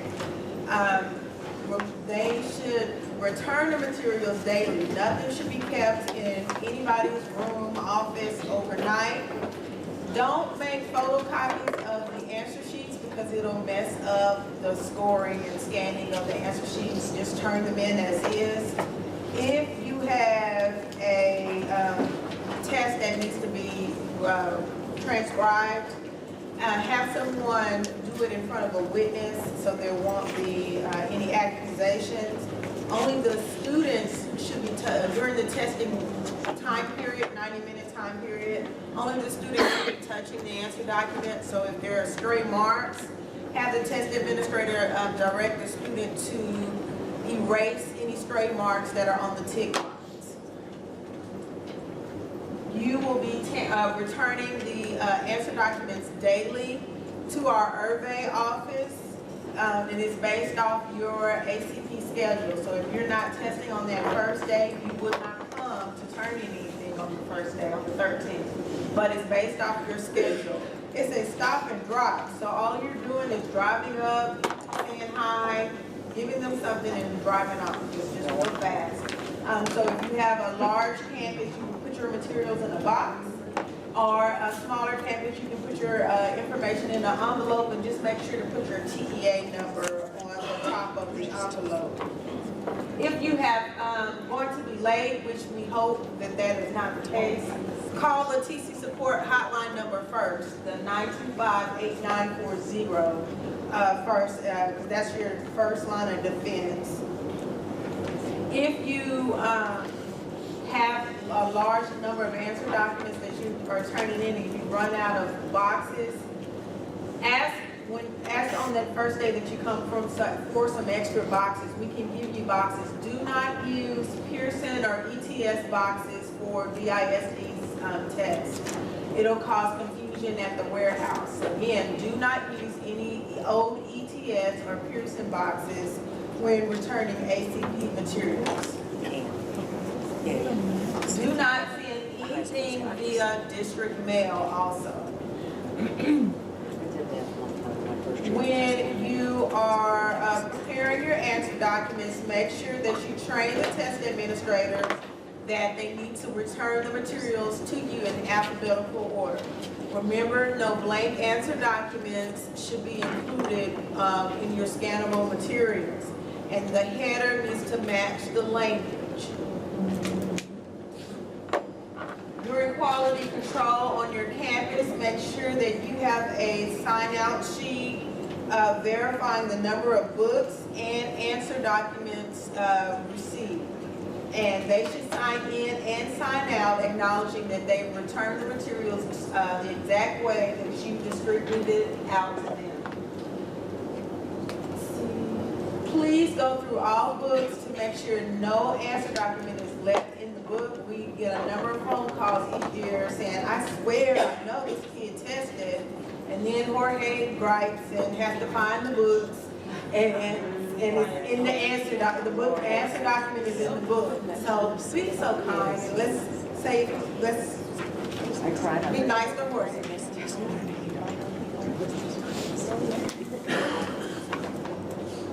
Again, you are the first line of defense, so you're quality controlling on your campus. That's even for STAR. Just don't turn in the stuff and just trust that everybody did it the way that you trained them. That's just not going to happen.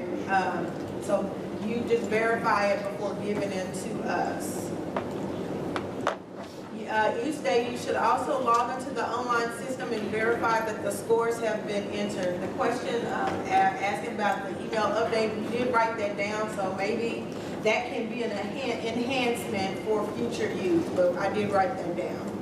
Are there any questions?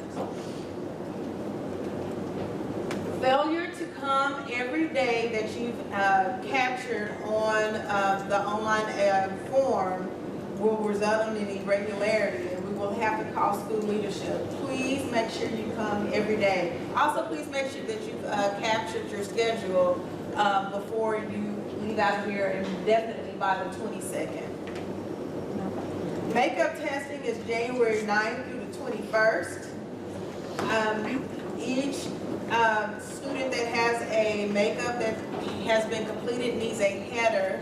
If it's more than one student in the class, they can go under the same header, but each section will need a different header.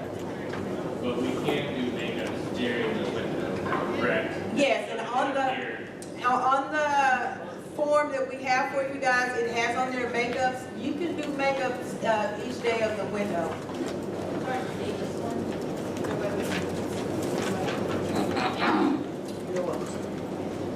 So yeah, each day of testing, the next day you can do a makeup if you want to get them out the way before January 9th through the 21st.